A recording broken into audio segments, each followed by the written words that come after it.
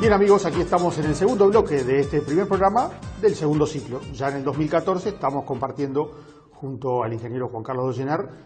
Tenemos el gusto, el placer, es un honor para nuestro programa poder recibir al ingeniero Jorge Brumberg, quien es rector de la Universidad Ort. Lo primero es que desde mi punto de vista, hay un gran riesgo en pensar que la educación es la raíz de todos los problemas. En realidad, la situación actual de nuestro sistema educativo es, en mi opinión, más un reflejo de cómo el país se vio a sí mismo durante décadas, más que una causa. O sea, el país se vio a sí mismo durante muchas décadas como un productor de bienes y servicios de muy bajo valor, con muy poca diferenciación. Y entonces le alcanzó para sobrevivir y vegetar al Uruguay sin crecimiento, le alcanzó con tener gente que terminaba primaria. Y entonces nosotros tenemos una primera fase histórica que fue muy interesante para el país, donde el país innovó y entonces llevó la educación a una gran parte de la población y al principio del siglo XX tenemos una extensión de la alfabetización en Uruguay que lo destaca. Y entonces el Uruguay deja de ser un país inculto, ignorante y analfabeto para pasar a ser un país culto donde la democracia puede echar raíces, porque la gente para tener una democracia tiene que saber un mínimo de leer, tiene que entender a quién va a votar, tiene que entender cómo relacionarse culturalmente con los partidos y demás. Pero después que termina esa primera fase de José Pedro Varela, pero tampoco fue él, porque la historia no está hecha de héroes que hacen las cosas. José Pedro Varela reflejó una intención que tenía el país, una visión de sí mismo, de ser un país culto, organizado, civilizado. Después de eso el país se transforma en un país proteccionista, aislado del mundo y decidido a vivir de las rentas agropecuarias y del puerto fundamentalmente. Y de una industria protegida que no pudo sobrevivir y por eso hoy se intenta desde el retorno a la democracia todos los intentos que han habido. La Corporación para el Desarrollo, en lugar de tratar de crear empresas nuevas, la primera empresa que intentó salvar fue el Mago en la década del 80. Entonces eso refleja una confusión. No recordaba ese estado. El Mago, bueno, sigue. Sí, claro. Todo lo que vemos hoy más cerca, pero el Mago fue lo primero que se intentó salvar. Es simbólico. Claro, es simbólico, así arrancó. Entonces quiero decir, la educación que tenemos ahora refleja una visión de país. Por lo tanto, hasta que no cambie la visión de país, no vamos a tener un mejor sistema educativo, porque en realidad refleja lo que los uruguayos formulamos. Entonces, lo primero que hay que entender es que esto tiene raíces históricas. Cuando nos posicionamos en la década del 30, estamos hablando de 2.000 o 3.000 estudiantes en secundaria. Y cuando nos posicionamos unas décadas después, estamos hablando de 200.000. Entonces, estamos hablando que hay un crecimiento de 100 veces la cobertura de alumnos de secundaria y la inversión medida en relación al Producto Bruto no crece ni 10 veces. Entonces, yo no soy, vamos a entender, un creyente en que los presupuestos son los que resuelven todo de ninguna manera, pero sí hay que entender que si uno atiende a 100 veces más personas, tiene que de alguna manera acompañar. Exactamente. Nosotros teníamos una primaria universalista en su aspiración, pero una secundaria elitista que buscaba formar los abogados que necesitaba el Uruguay, los médicos que necesitaba el Uruguay, muy buenos por otra parte en aquel momento, los ingenieros que necesitaba el Uruguay. Pero luego se producen dos cambios. Primero aparece un cambio histórico en el mundo y es que ya no se admite una democracia en la cual el aprendizaje es un bien limitado a unos pocos. Entonces hay una presión política por ampliar el empowerment, como le dicen, por ampliar la capacidad de los ciudadanos de conocer el mundo y de trabajar en cosas mejores. Entonces hay una presión por ampliar la secundaria. Y lo otro es que cambia la producción en el mundo. Entonces yo no conozco nada del campo, sinceramente, para que no digan después que nunca subí a un aparato del campo. Yo no conozco del campo, pero me han dicho, mis colegas, otra gente que trabaja en el campo, que hoy en día uno sube a una cosechadora y la cosechadora lo que tiene adentro es una computadora para manejarla, es decir, el mismo aparato que ando yo acá, y uno tiene que programar. Entonces, cuando uno necesita un operario de una cosechadora que tiene que saber programar una tableta necesita otro tipo de educación que en el pasado, donde de repente el personal en todos los ramos de la economía tenía otras exigencias. Todo esto hizo que el Uruguay intentó expandir la secundaria para luego expandir la universidad, porque no nos olvidemos que hoy nos despertamos hace 15 años, cuando decíamos que la secundaria uruguaya era de mala calidad, nos rezongaban. Decían malos ciudadanos, malos uruguayos. Unos años después la realidad nos cayó como un baldazo y ahora todo el mundo acepta que hay un gran problema a nivel de educación secundaria. Hoy estamos viviendo la misma negación con la universidad. El sistema universitario uruguayo, estamos negando los problemas que tiene y dentro de 10 años vamos a estar, o dentro de 5 vamos a estar con el mismo problema. Pero este es otro tema. Entonces, bueno, Uruguay intentó hacer esto y en la década del 80 se amplía la educación secundaria y aparece muchísimos más estudiantes, pero el problema es que se amplió en cantidad, pero no se previeron estructuralmente y claro, las soluciones. Hacen falta muchos más profesores, muchos más liceos, otros planes de estudio. No se puede simplemente construir edificios y poner más alumnos adentro. Esa disonancia entre atender mucho más personas pero mantener edificio, plan de estudio, carreras docentes que eran preparadas para atender una élite de 10%, es lo que está causando el problema actual. Sí.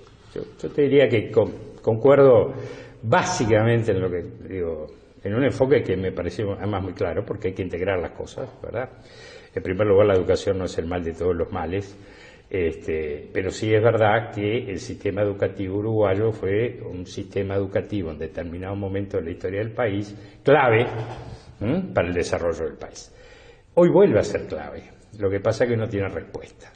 Abonando algunas de las cosas que tú decías, en el año 48 solo un 24% terminaba secundaria. Mucho peor que ahora, sin embargo el país estaba muy próspero. ¿Qué pasaba? La enseñanza secundaria, como tú decías, era para una élite, para los que iban a llegar a la universidad. A nadie preocupaba ese dato. Terminar la escuela era lo que importaba, terminar primaria era lo que interesaba. Es que la integración social en realidad se da sobre la base de la educación que recibimos en primaria. Después, la integración ya no social, sino laboral, es la que empieza a desplegarse a partir de la secundaria. Hoy ha cambiado eso. El ciudadano hoy en día hay que considerarlo crecientemente analfabeto si no termina secundaria. Sí, el ciudadano que no termina secundaria no puede relacionarse con un sistema laboral crecientemente sofisticado, no puede relacionarse con una sociedad con una cantidad de estímulos dentro y fuera del país, no puede viajar, no tiene un idioma extranjero, no tiene posibilidades de futuro. Entonces, nuestra responsabilidad, o la de los dirigentes del país, entre los cuales yo no me cuento, es la de la ciudadanía, de la sociedad uruguaya. Nuestra responsabilidad es llevar a la gran mayoría de los uruguayos a terminar secundaria. Dentro de 10 años, el ticket de entrada a la sociedad ya no va a ser secundaria, va a ser tener un primer título universitario terminado. Hoy, ustedes pueden hablar con todas las consultoras de recursos humanos, le van a decir, el que no tiene secundaria terminada tiene un techo para toda la vida en sus ingresos, tiene un techo para toda la vida en la calidad de trabajo que va a tener y tiene un techo para toda la vida en sus oportunidades. Menos opciones. Es una sentencia. No de muerte, pero es una sentencia de pobreza el no terminar secundaria. Dentro de 7, 8 años, la misma sentencia va a ser no haber terminado una carrera universitaria inicial. Digámoslo, lo que antes era leer y escribir, hoy es inglés y computación. Digo, si uno no sabe manejar un aparatito de esto... Y mucho más cosas. Y español. No, pero que cada vez va a ser más. Sí, pero claro, pero yo a veces me aterro cuando veo que llevan las cosas a nivel de las materias, hasta el punto que una vez el presidente de la República dijo hay que educar en valores, y alguien dijo vamos a poner una materia de valores, ¿no? Pero esa visión estrecha de la educación que tiene que ver con la calidad, que es un tema que lo vamos a abordar en el último bloque, porque estando de acuerdo en el tema de la cantidad, hay un problema de calidad. Y cuando digo problema de calidad, digo de una educación acorde con el siglo XXI que vivimos.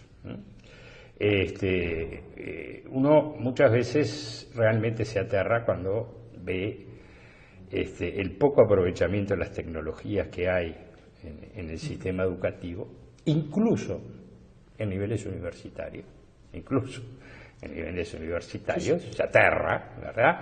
Tecnologías que están al alcance de la mano, o sea que no estamos hablando de cifras exorbitantes a las que nadie puede llegar, y sobre todo no se aterra la falta de formación del personal docente para trabajar una clase usando las nuevas tecnologías. Y sobre todo una cultura, una cabeza de que sigo siendo un instructor. Hoy un docente no puede seguir siendo un instructor. Tiene que ser mucho más que un instructor, tiene que ser un orientador, más que un instructor. Esto pasa hasta en la universidad. Sí. La universidad siguen dando clases magistrales, ¿verdad? Cuando uno dice el alumno tiene todo lo que quiera para informarse a su alcance, más si llegó a nivel universitario. Usted, señor docente, es el que lo coordina, el que lo orienta, el que le muestra la globalidad del problema, cómo buscar la información, cómo... Claro, eso es todo un tema. Hoy en día la frontera de la tecnología de la enseñanza, una de las fronteras es lo que se llama la clase invertida. No sé si ustedes escucharon hablar de eso. En inglés se llama Flipped Classroom, en la cual los estudiantes acceden a información de video interactivo en sus casas, y entonces en las clases no se dicta clase, en la clase se usa para discutir lo que vieron en los videos. Pero ahora volvemos a eso en un momento. Yo quería redondear lo que decía antes. Sí. Decía la coyuntura para una ciudadanía que tiene la necesidad de acceder a una educación de calidad a nivel de secundaria y en el futuro a nivel de terciaria. El problema actual es que mejorar el sistema educativo técnicamente no tiene desafíos. Está técnicamente claro lo que hay que hacer. Es como un problema de salud que uno supiera lo que hay que hacer. Las técnicas están ahí. Técnicamente está claro y económicamente es posible porque el país tiene los recursos. Exacto. El problema que tenemos es que está políticamente bloqueado. Es decir, hay un bloqueo político que impide la reforma de la educación. Entonces uno se tiene que preguntar cuál tiene que ser el próximo paso, porque el ciudadano no puede esperar varias generaciones más a que el sistema político se ponga de acuerdo en esto. Y tengo un fuerte escepticismo en que este bloqueo, porque hay muchos actores involucrados, cuando la reforma del sistema educativo implica perjuicios para unos pocos y beneficios para muchos. Pero los perjuicios, los pocos que se van a perjudicar, eso tiene mucha fuerza, y los muchos que se van a beneficiar todavía son muy chicos, no tienen quien hable por ellos. Entonces, me parece interesante el planteo sobre la coyuntura o la trancadera política en la que estamos hoy, y lo vamos a dejar ahora ya para empezar. Y la pregunta también para ti, Juan Carlos, como observador aveso de estos temas políticos y coyunturas políticas. ¿Estamos en este momento preparados para hacer transformaciones de peso o de fondo en la educación? Bueno, eso a la vuelta, señor director, vamos a ir al último corte y seguiremos compartiendo junto a Juan Carlos Dollenar al invitado de hoy, el ingeniero Jorge Brumberg, un lujo para nosotros. Bien, amigos, aquí estamos en el tercer y último bloque de este primer programa del segundo ciclo. Estamos conversando de educación, estamos junto a Juan Carlos Dollenar y el ingeniero Jorge Brumberg. Una charla súper interesante. Las charlas continúan después en los cortes, pero esa parte no se la vamos a contar. Volvemos a lo que decíamos antes. El sistema fue diseñado para una élite que venía de una clase media uruguaya de la que venimos nosotros. Entonces, nuestros hijos van al liceo y tienen en su casa el diario, libros, se ven películas, se conversa, exacto, hay amigos, se viaja. Entonces, el capital cultural de los hijos y estudiantes de la clase media y para arriba es un capital muy superior al que tiene el alumno que viene del asentamiento, en donde el alumno del asentamiento, en su casa no hay libros, su padre quizás no está o está preso y la madre todo el día trabaja en un lado y tiene pocas oportunidades de conversación. Todo esto está medido, es decir, hay mediciones científicas de la cantidad de palabras distintas que habla y escucha un niño de escasos ingresos, exactamente. Entonces, ¿qué pasa? Cuando los alumnos que llegan a un liceo son muy distintos, pero nosotros le damos lo mismo, en realidad estamos discriminando en contra del estudiante que viene con menor capital cultural. Esto no es algo que se resuelve haciendo transferencias económicas de dinero. Ayuda, yo no digo que no ayude, pero no lo compensa. Pero no es la solución. El hecho que el alumno habla la mitad de las palabras en español que habla el de Punta Carretas o el de Pocitos o el del centro, no se compensa con tener la tableta de Plan Ceibal, que igual también es una ayuda. Es un avance. Pero en lo central, lo que hay que reconocer es que cuando un estudiante viene con un capital cultural y un capital social que es muchísimo menor que el de los demás, hay que diseñar, no se puede ofrecer a todos lo mismo. No se puede, la doctrina del sistema educativo uruguayo es que el alumno se tiene que adaptar al sistema, cuando en realidad para ser exitoso el sistema se tiene que adaptar al alumno, que es lo lógico. Entonces tiene que haber dentro de los liceos distintas formas, y esto no lo tenemos que inventar en Uruguay, todo esto hay un inventario de técnicas y métodos que uno se puede inspirar, no digo traerlo tal cual, pero sí inspirar, porque en Finlandia también hay pobres, inmigrantes, gente que no habla el idioma, mirá lo que es hablar finlandés además. Es decir, en Corea también hay pobres, en Shanghái también hay pobres. ¿Y cómo hacen todos esos liceos para lograr buenos resultados? Y bueno, porque se organizan de manera tal que pueden compensar las diferencias que tienen al ingreso en capital social, en capital cultural, a veces en capital intelectual, que tienen niños que de repente vienen con problemas de desnutrición desde chicos, enfermedades que no tienen los de otros barrios. Exacto. Todo eso deja un legado a veces hasta cognitivo. Pero está bien estudiado que cuando en un liceo un sistema educativo tiene las técnicas para dar ese apoyo complementario, para cuando terminó la secundaria se borró la diferencia. En cambio en Uruguay, cuando termina la secundaria, bueno, no termina la secundaria. No termina, claro. Entonces la diferencia se agranda. Por eso una de las cosas que hay que romper en la reforma educativa es esa noción uruguaya de que todo tiene que ser, que igualdad es lo mismo que equidad. En Uruguay igualdad se ha vuelto contrario a equidad. Si queremos lograr la equidad, tenemos que tratar en forma desigual. Para igualar hay que desigualar, dijera no sé quién, pero es una frase que resume muy bien lo que estaba diciendo Jorge, y efectivamente yo estoy totalmente convencido de eso. En Uruguay hay una cultura igualitarista, a todos lo mismo. Y no a todos lo mismo, no, a todas las mismas oportunidades. Y para que todos tengan las mismas oportunidades hay gente que nace bien y gente que no nace tan bien. Y a esa hay que ayudarla, más que el que nace en un hogar de clase media con un bagaje cultural importante. Eso es lo que coincidimos totalmente con Jorge. Lo que me quedó colgado, ¿cómo ves vos el sistema? Porque ahora estamos a menos de un año del final del gobierno del presidente Mujica. Da la impresión de que ya no es tiempo para una transformación importante del sistema. Pero podría ser para acuerdos, bueno, sí, pero... ¿Tú crees que en el próximo gobierno este es un tema que se pueda resolver o el tema de culturalmente todavía no estamos o socialmente no estamos preparados, sindicalmente no estamos preparados, políticamente no estamos preparados? ¿Están dadas las condiciones como para que haya una gran transformación? No, estoy convencido que no, y porque además creo que los cambios en áreas tan sensibles y cuyos resultados no se ven de inmediato requieren esfuerzos conjuntos y sostenimiento de políticas y evaluaciones, etcétera, y no quedar atado a intereses políticos pequeños. El problema es que para un político su capital son los votos. Y ese es un capital que lo quiere ahora, lo necesita ahora. Entonces muchos piensan, y creo que equivocadamente, pero piensan, bueno, gastarme mucho en el tema educativo, tengo que decir que me preocupa y que vamos a hacer cosas, pero eso no me reditúa en votos en lo inmediato porque la educación lleva sus procesos. Creo que es un error. Lo que pasa en Finlandia yo lo resaltaba, porque ese es un problema nacional, no es un problema de partidos políticos. No es el gobierno. No es el problema del gobierno, no lo eligieron al gobierno, mire, usted está haciendo las cosas mal. Porque muchas veces cuando critican al gobierno del Frente Amplio, usted está haciendo las cosas mal. En educación yo pienso, los blancos y los colorados también hicieron las cosas mal en educación.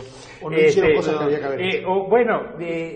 mal quiero decir, bueno, no hicieron cosas que debía que haber hecho, está bien, para ser más, No. pero no es culpable el Frente Amplio de todas nuestras desgracias en el sistema educativo, es un viejo problema que por eso me gustó el enfoque de Jorge, porque es más global, escapa a las Tú coyunturas. sabes que yo discrepo contigo en una cosa, que es, para el político que lógicamente requiere votos, la educación es un ganador de votos.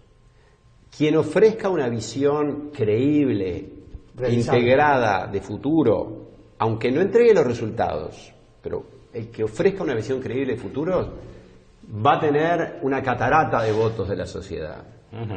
Porque la preocupación de la sociedad hoy en día, que es donde está la mayor cantidad de votos, pues la mayor cantidad de votos no está en los que defienden el statu quo. No, claro. Ellos son más enérgicos en defender el statu quo, pero no son donde están. La gran cantidad de votos está en las centenas de miles de personas que están preocupadas porque sus hijos no van a poder progresar en la vida. Ahí están los votos.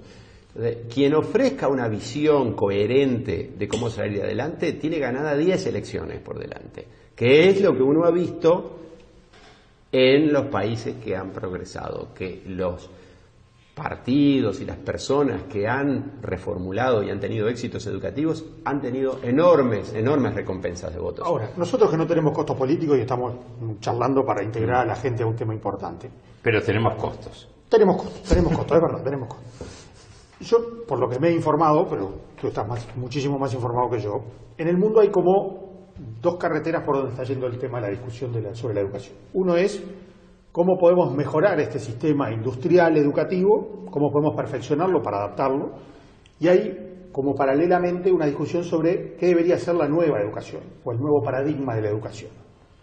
En Uruguay, ya que parecería ser que el contexto político no nos va a permitir a corto plazo, ¿deberíamos pensar en un mejoramiento de este sistema industrial o ya nos deberíamos saltear esa etapa y pasar a lo que debería ser una nueva educación?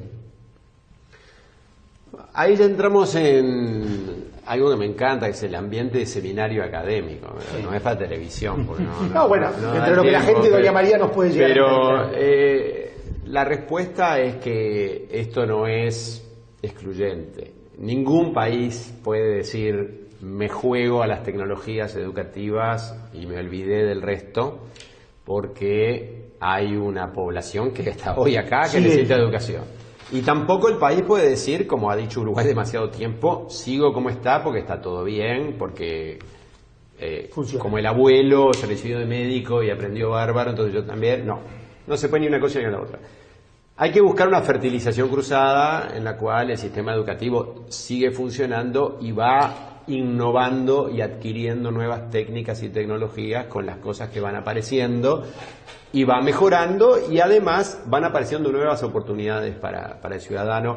Hoy no hay tiempo para hablarlo, justo tuvimos en ORT la semana pasada una discusión muy interesante sobre cómo llevar nuestra educación al interior, por ejemplo. Y bueno, no puedo hoy entrar, no hay tiempo, pero ahí aparece el tema. Es muy difícil llevar la UTEC, la gente que dirige la UTEC, les tengo gran admiración, tengo gran confianza, gente muy seria, pero tiene un desafío brutal. Si a mí me pusiera al frente de la UTEC, no sé qué hacer. Es decir, es muy difícil tener propuestas sostenibles de educación superior de alta calidad.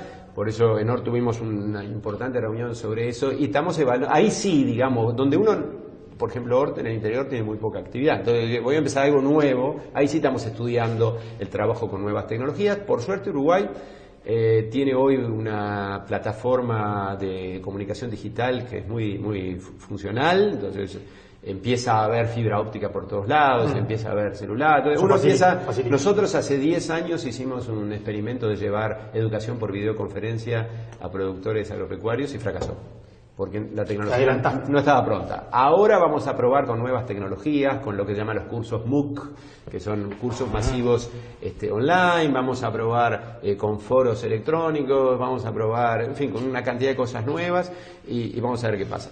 Ahora, el ciudadano a lo que se enfrenta hoy en Uruguay es que, es decir, yo creo que el sistema político, más que pensar en si hay que dar matemática o valores, tiene que pensar otras cosas, tiene que hacer su aporte en otro lado. Y creo que uno de los aportes fundamentales es darse cuenta que la educación financiada por fondos públicos es un monopolio. Y tiene los problemas de los monopolios. O sea, Uruguay decidió tener monopolio de naftas, de telecomunicaciones fijas, de generación eléctrica y de educación. Y tiene los problemas de los monopolios. O sea, la educación de fondos financiada por fondos públicos es un monopolio. Eso hace que los ciudadanos, en realidad, que no pueden pagar la educación privada, están atrapados en ese sistema. Y entonces, el sistema político lo que tendría que pensar es, cuando existen monopolios, que por lo tanto no están, digamos, regulados por la competencia en forma natural, tendría que existir una manera que el ciudadano tenga recursos frente a los monopolios. Y hoy la verdad es que el ciudadano, ¿qué recursos tiene frente a los monopolios? Y ni siquiera estoy hablando de monopolios públicos, hay monopolios privados también en Uruguay, como ustedes saben bien. Se ha venido generando un monopolio en los transportes con la Argentina. Es decir, hay una cantidad de problemas, ¿verdad? Es un problema de nuestro país de muchas décadas el de los monopolios. Entonces, frente al ciudadano que no puede pagar la educación privada, que es mucho, son muchísimos ciudadanos, ¿qué recurso tiene? Yo creo que eso es lo que habría que pensar. Yo pienso que el sistema político, en lugar de pensar en materias, en cargas horarias, en días de clase, tendría que pensar en eso. ¿Qué podemos, desde el punto de vista político-legal, ofrecerle al ciudadano como recurso frente a un sistema que es monopólico? Él no puede optar por otra cosa, entonces, ¿qué recurso le doy? Yo pienso que tendría que haber, por ejemplo, una evaluación obligatoria legal del monopolio educativo anual o bianual. Que sea obligatorio tener una encuesta de los ciudadanos pensando que empieza... De cada centro educativo. No, de los ciudadanos. Sí, no, yo no estoy hablando de publicar rankings ni nada de eso. Eso es otra discusión. Ni de escuelas charter, ni de ranking. No, yo estoy preguntando a la gente. Ahí está. Preguntarle a los ciudadanos cuyos hijos están en el liceo qué tan conformes están. Y que eso tenga un valor legal. Estoy pensando en que las autoridades de la educación tengan una obligación legal de presentar un estado de cuenta una vez al año. No que haya que ir a los juzgados a pedir la información, que sea obligatorio publicar la información. ¿Cuánta gente repitió? ¿Cuánta aprobó? ¿Cómo fue este nuevo programa de tal materia? Es decir, rendición de cuentas. Sí. Porque la rendición de cuentas no es un concepto solo financiero. Es un concepto de gestión, exactamente. Inclusive diría más. Yo creo que el ciudadano, cuando está atrapado en monopolios, sean públicos o privados, tendría que poder reclamar sus derechos por vía judicial. Y que el ciudadano que no puede recibir, que el ciudadano está desesperado, su hijo va al liceo, donde se encuentra con que le venden droga, que está, en fin, con peligro físico por las bandas, donde la educación que recibe no le sirve, y esto no es culpa de los profesores. Yo admiro a los profesores que van a los liceos del contexto crítico. Pero el ciudadano, ¿qué le queda como recurso? Es más, ni siquiera puede cambiar. Porque uno en la escuela tiene que mentir donde vive si no quiere mandar a su hijo a una escuela que no le gusta. Entonces, el monopolio es tan terrible como eso. Escuela es quizás primaria es otro mundo. Sí, qué lástima no entramos, pero bueno, y no entramos en una universidad. Se nos fue el tiempo, la idea era hablar de la educación globalmente. O por lo menos, empezar a conversar sobre el tema de la educación en serio, con gente que sabe, que nos puede orientar, al menos. Tuvimos un breve diagnóstico, tuvimos un breve análisis. Y que no está con un espíritu destructivo, ¿no? Porque para nada. No es el asunto de decir, este gobierno es culpable, no. Es una visión que la que necesitamos en el país para el tema educativo. No encaramos este tema, no encaramos ningún tema con esa óptica. No digo nosotros, sino que lo digo en el invitado. Y nosotros tratamos de que los invitados más o menos sean positivos, vayan construyendo. Pero bueno, el agradecimiento por acompañarnos en el primer programa de este segundo ciclo, así que no va a ser la última vez.